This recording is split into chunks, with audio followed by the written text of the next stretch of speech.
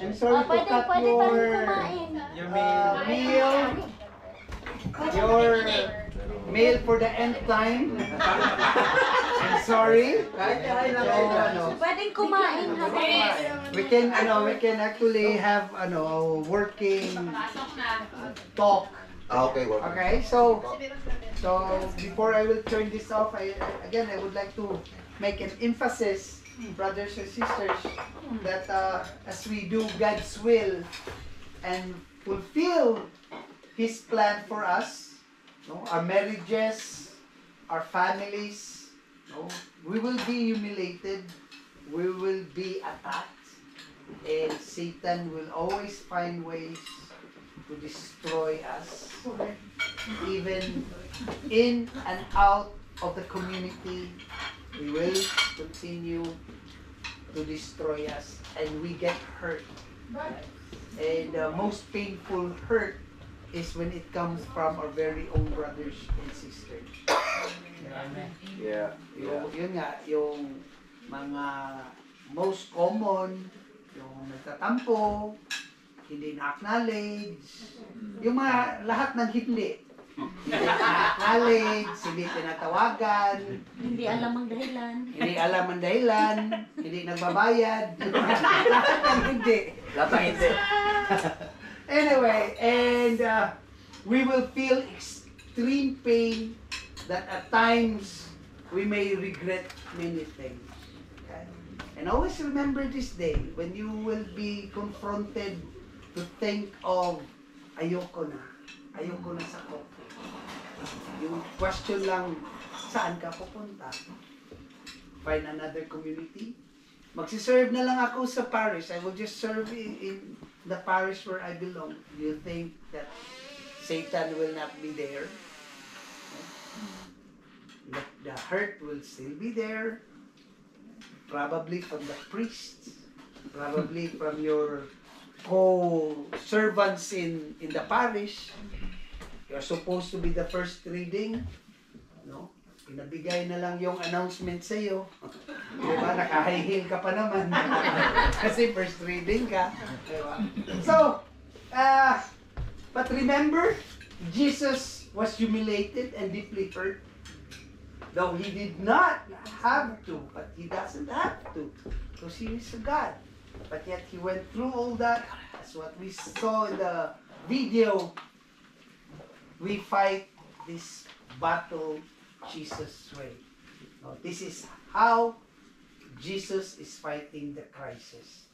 So, I'll open the next topic po. Ayaw na nang mag-open. And the talk that I'll be giving is about this one. Oops. Ayaw mag-open bro, atras ako, baka ako nakadala na. From sit no verses. Suffering. Endure like Jesus, love like Jesus. For suffering is grace. And I don't know who among you here went through, in some ways, suffering. Okay? Sometimes suffering comes from our very own spouse.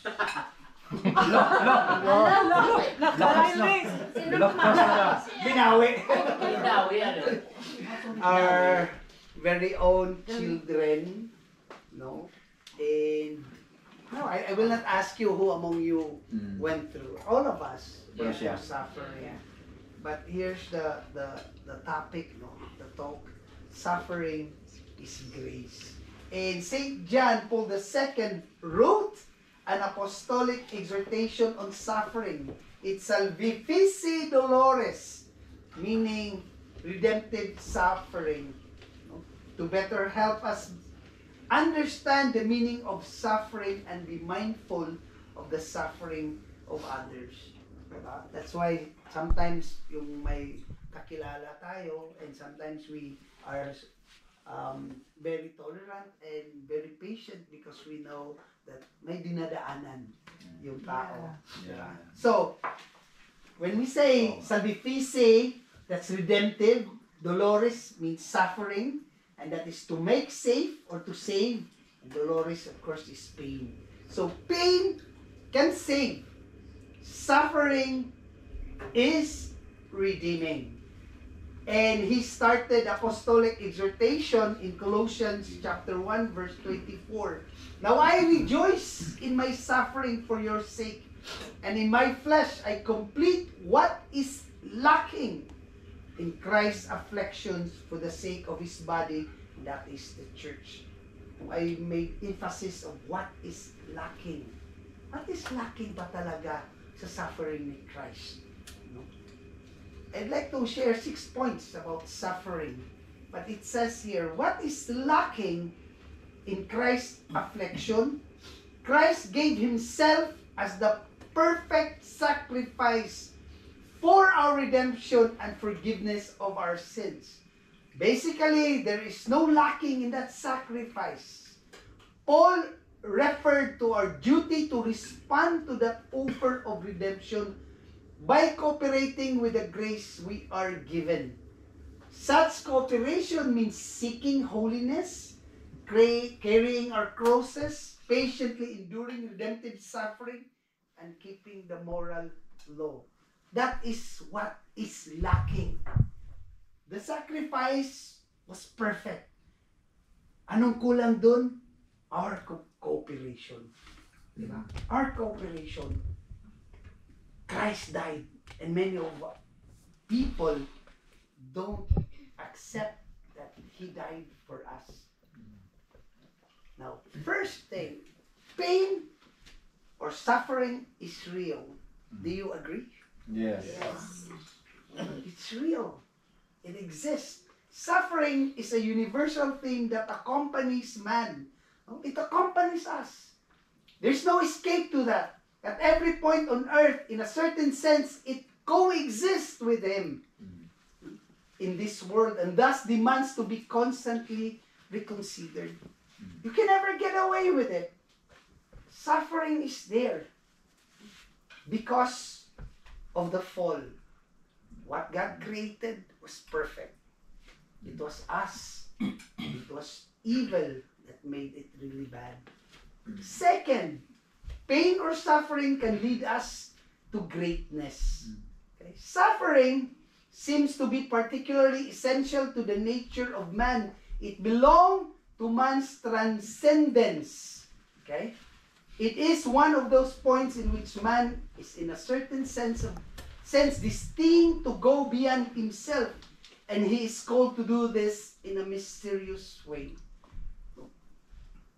When you say transcendence, no? Exceptional, surpassing the ordinary, body and spirit. You look at all those athletes during the Olympics. Diba? World record. Bagong world record. And then next Olympic naman, mabibreak na naman yung world record. And those people did not just break the record sitting down. They went through suffering. They went through those trainings. They suffer if they cannot eat lechon. They suffer when there are fellowship like this and they cannot eat. You know, I will share to you, I don't know if kung friends tayo with the Facebook, if you can see my son, no, he competes, yung physique. No, bodybuilding, but not those wearing bikinis, no, they're wearing shorts. It's physique competition. Grabe yung disiplina. And when every time we go out for dinner, we eat all this steak or whatever, order namin, sangyupsal, or shabu-shabu, whatever. Pero siya, he carries his own meal. Tinitimbang. No? Because, especially if he's on his way for a competition.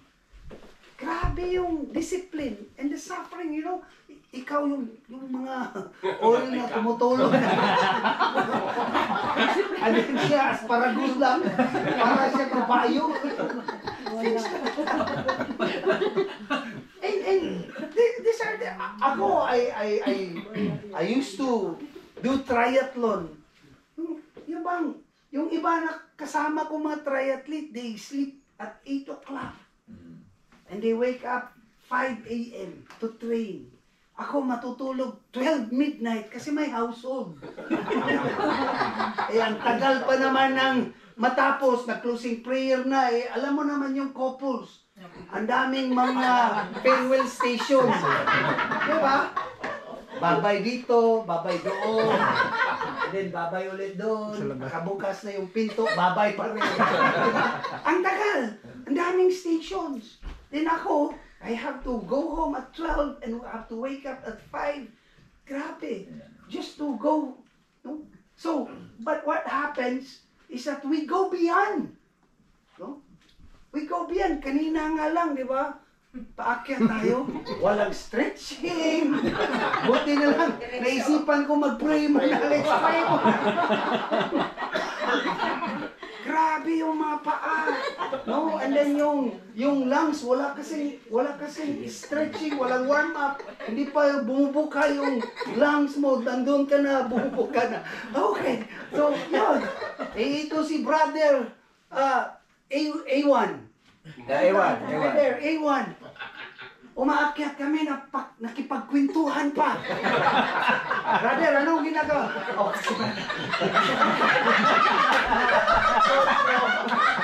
siya naman kumikwento. Ganon din. Pagkatapos, kaya I try to put my earplug para mag-akyat na ako. Eh, gusto talaga niya makipagkwentuhan. So, sige bro, kwentuhan tayo.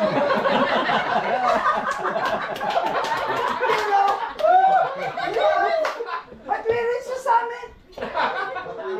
summit. Walang warm up. Diba? And when we went down, naka-engine brake. Naka-engine brake. Primera lang palagi. Isineneng, ihi na ihi. Naka-neutral.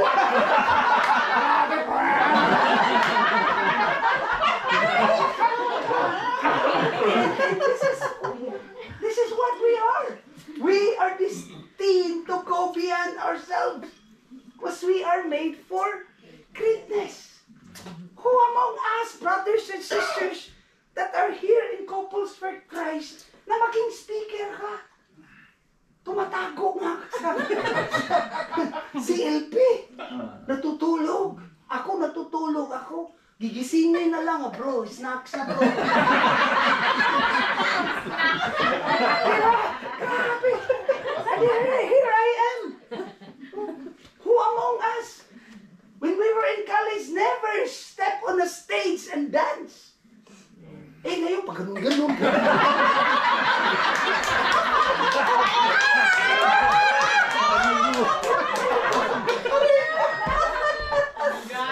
Did we suffer? Yes! Grabe yun. Bro, slow lang, bro. Diba?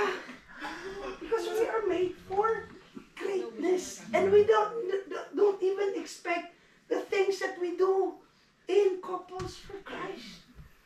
Diba? We are made for greatness.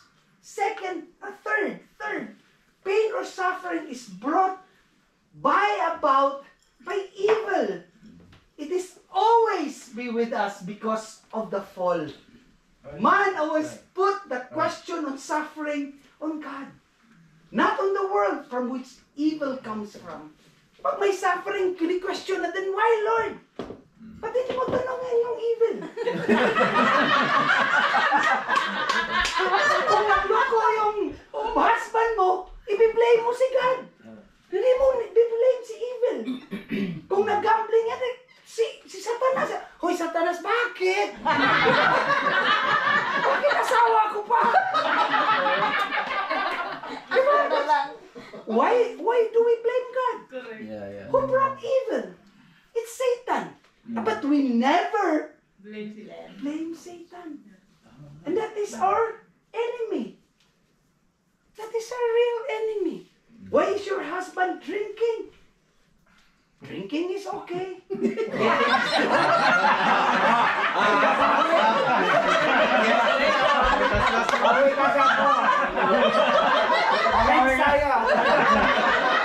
Getting not. Once in a while, maybe. Yeah. No? But every night, gosh, that's Bawi. Bawi ako. diba? Evil brought that. Again, gosh, sometimes I reflect on God's creation. Ang ganda-ganda na sana sa Garden of Eden. But sometimes, I think, kailangan mangyari. Hindi tayo kasya dun eh. Di ba, bro? Baga, kung nandun tayo lahat, di ba? Excuse me. Ay, sikip-sikip eh. May barbecue pa ba eh.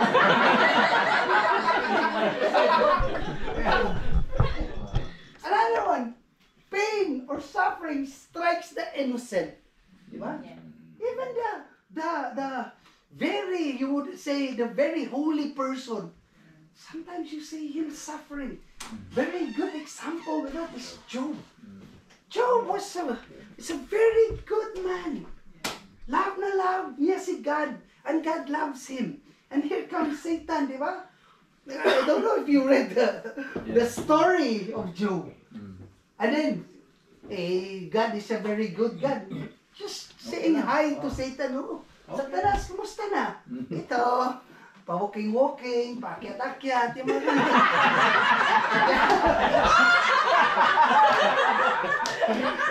At nanguna ko sa itas, si Job! Diba? Si Job, nakita ko si Job. Sabi ni God, very faithful person yan. Very faithful. Kasi binigyan mo lahat. Kunin mo. Diba? He will curse you at your face. God said, try. Just don't hurt him. And we know the story. He lost everything. And yet, he never faltered. That's why he was struck with sickness. And ito yung nangyari. Diba? If you know, he got 3 friends who went there. No? It's just like yung tatlong, yung chapter head mo. Nasa kayo household head. Tatlo. Oh. Akala ni Job, ipipray over. Hindi pala. Sabi ng chapter head, unit head, household head, maybe you have done something. Maybe you did something. That's why God is punishing you. Yes, simply, in Romans, no, simply it is a punishment from the Creator and Supreme Lawgiver. And the other one said, as I have seen those who plow iniquity and sow trouble reap the same. So nagduda sila. Instead, ipipray over nila. Nagduda yung mga friends ni Job. You must have done something. Why? Because we always equate that suffering is upon us because we did something wrong. Now, pain or suffering seems like a punishment, but can also teach or correct us. That's what St. John Paul II said in Salvifici Dolores, while it is true that suffering has a meaning as punishment when it is connected with a fault, but it is not true that all suffering is a consequence of a fault and has the nature of punishment. And a very good example is again Job.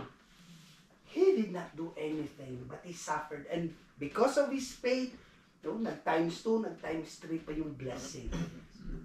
And sometimes, we wonder, bakit? Why is that person or that family suffering? And they are very good. They're a good person, they're holy people, but yet they're suffering.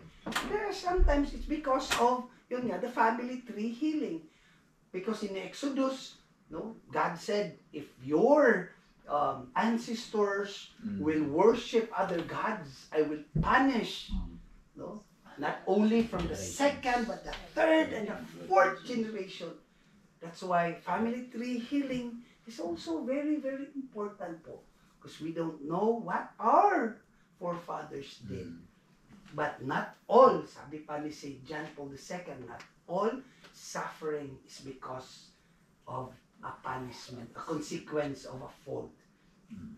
Now, suffering must serve for conversion that is for the rebuilding of goodness in the subject, who can recognize the divine mercy in this call to repentance. It rebuilds us, not to continue to destroy us. Suffering will always lead you back to God. In Maccabees 6:12, now I urge those who read this book not to be disheartened by these misfortunes, but to consider that these punishments were meant not for the ruin, but for the correction of our nation, the correction of our lives, the correction of our generation. Now, pain or suffering has a subjective dimension. The experience is always unique to a person. Subjective dimension as a personal fact contained within man's concrete and unrepeatable interior. Suffering seems almost inexpressible and not transferable. So, unique po in each person yung suffering. Others might be just simple lang for him, mabigat na sa iba. Diba sabi nga, carry your cross. Carry your cross. For me kasi, and then, yung bang, God will not give you anything that you cannot bear or carry. But that is what we, that is what we are taught. But ako, as I go deeper, God will always give us crosses that we cannot carry. That's for me. Because sometimes if we can carry the cross, we don't need God. Kailangan bigat. Kailangan tatawag ka talaga ni God. Lord, I cannot bear this. Help me. Christ's suffering teaches us that disposition matters. You know, disposition means like the positive or the negative way a person views the world. So just like Christ, he was innocent, yet he suffered the most. Okay? So Saint John Paul II said, love is also the fullest source of the answer to the question of the meaning of suffering. This answer has been given by God to man in the cross of Jesus Christ. Okay? And we know what Jesus Christ went through during the agony in the garden. Father, if it is possible, let this cup pass from me. Yet not as I will it, as you will it. So, we have our different sufferings. And kami din, Neneng, we're not also spared those sufferings. Our kids, we brought them to family ministries, even, push them to attend icons, and even make loans just to send them. And this part, like to call my wife. Woo! Si Neneng. Yeah! So, whoever is Chabacano there, si Neneng from Zamboanga City. Made in heaven for me.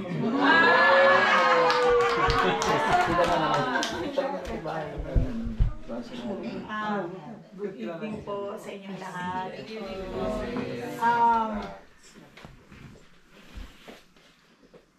As what Arnold had said, suffering is real. God suffered and gave His life. We all know that. And it's complete, but what is our response, my brothers and sisters? How have you responded to Christ dying on the cross?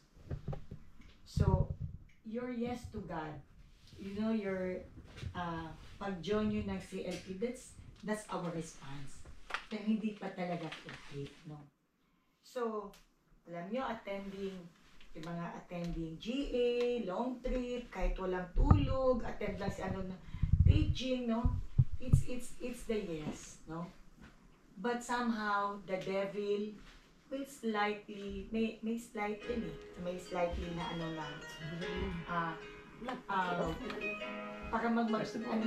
para he will inject you something, no?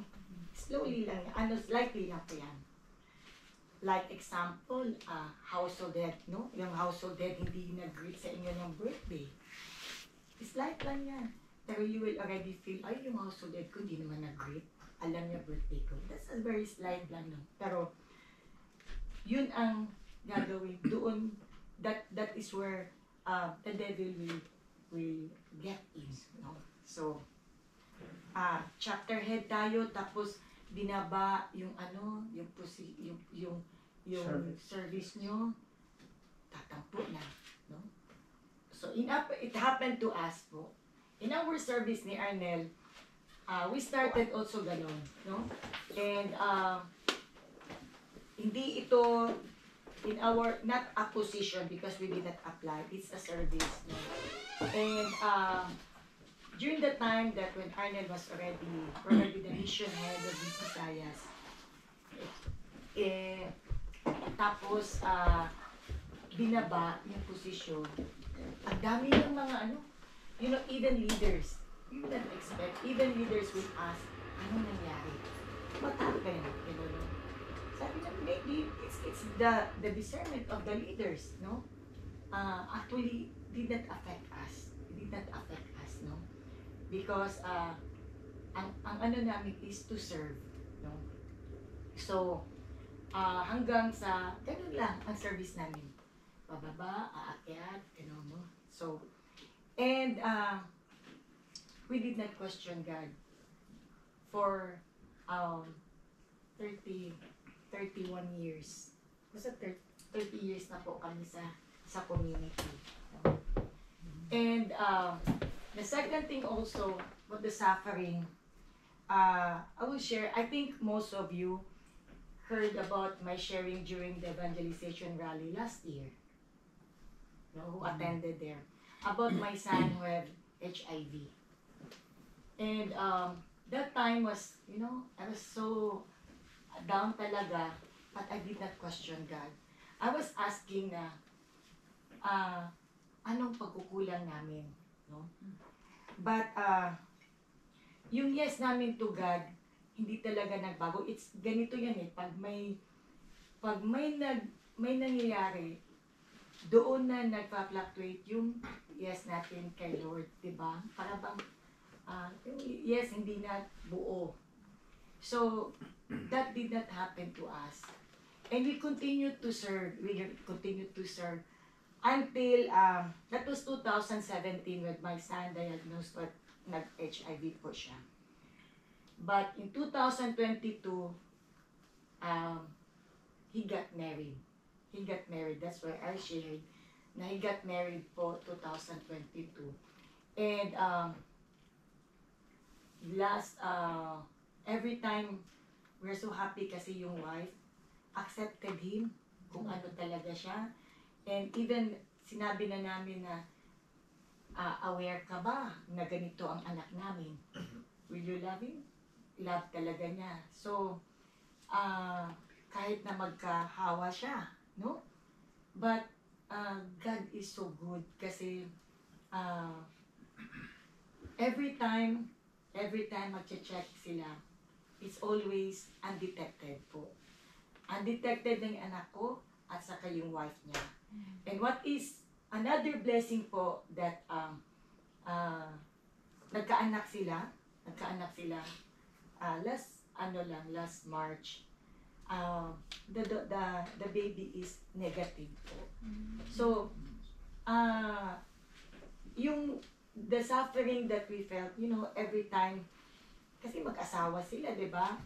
The suffering that I felt na Diyos ko, ang anak ko, yung asawa niya, tapos magkakaanak, ano kaya yung anak niya?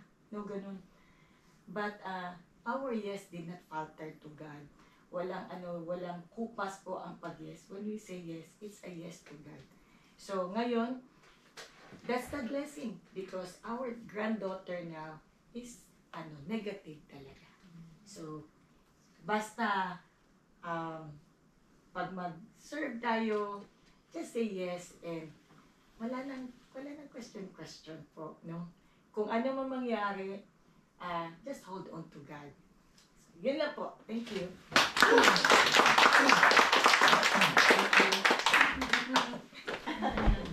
Thank you, Neng. No? Again, it's God's will. No? It's God's will. And we never question God. We can always question the evil.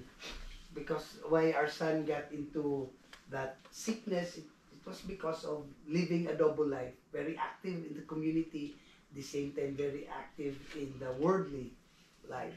Ngayon, our third son got married also, and hopefully this, yun pala yung pinag-usapan natin doon. Yung migrate yung anak ko. Sabi niya yung tanong, sino yung ano? So magmamigrate na po sa sa Australia. So yung sabi ko rin sa kanya, think heavenly, not worldly. You will be entering into a first world country where God is a minority and not a priority. So son, sabi ko, every decision that you will make, think heavenly and not worldly. So brothers and sisters,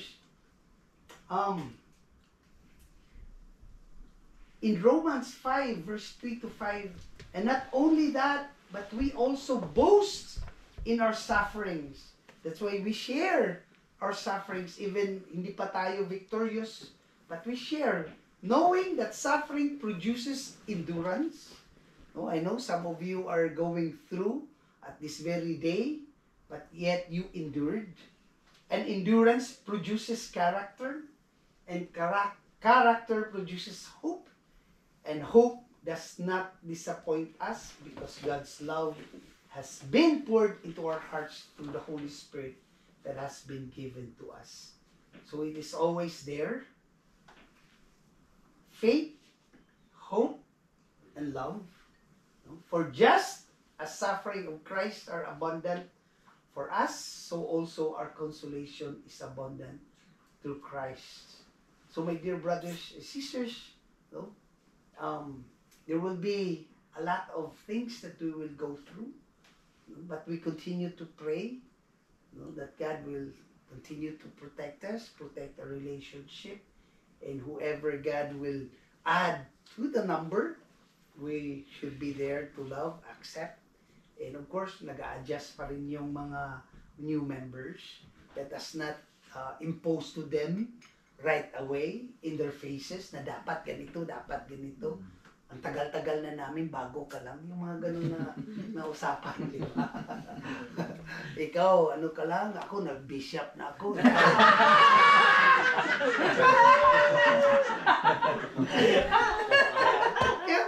You get what I'm saying.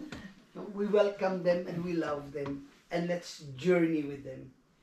And one of the greatest risks that we have also is like here, as being first world country, diba? Mayroong mga transgender na magjo-join.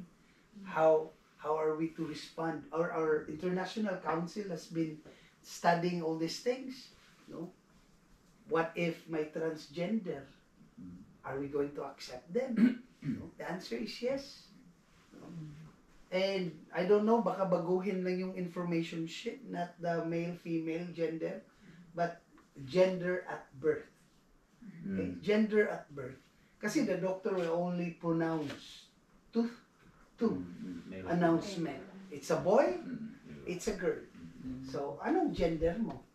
But again, that's very, I don't know, with us here in the first world, we can be sued and everything. But what do we do with them? Of course, we accompany them pastorally. Okay? We remain with our faith, and even though nakapag-change na sila, but then our faith remains. They can be transgender, but at the same time we continue to proclaim His faith. There are a lot of mga transgender, or not transgender, but those who are very gay, very, and then nag-change. Some of them got married, and then of course you can never control them, diba? Yung anak namin, yung siner ni Neneng, he went through a gay life. No? And ano ba yun? Yung may girlfriend siya, may boyfriend din siya. That's why he got into that trouble. But then again, he got married. Yung sinabi ko lang, I mean, reality is this.